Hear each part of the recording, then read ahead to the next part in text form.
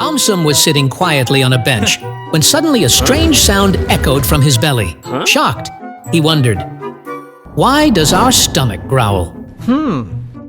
Determined to find out, he shrank and entered his own body. He landed inside the stomach. The place looked almost empty. Around him, large muscles formed thick folds, and they were beginning to move restlessly. Suddenly, the brain commanded the stomach to get ready for food. The walls obeyed. They squeezed and churned strongly. AumSum stumbled as the powerful muscles rippled around him. Air and leftover digestive juices sloshed together noisily, creating echoes that bounced from wall to wall. He followed the vibrations downward and saw the small intestine also joining in. This process, called peristalsis, was the body's way of moving food along. But with no food present, it only pushed air and liquid, creating even more rumbling noises.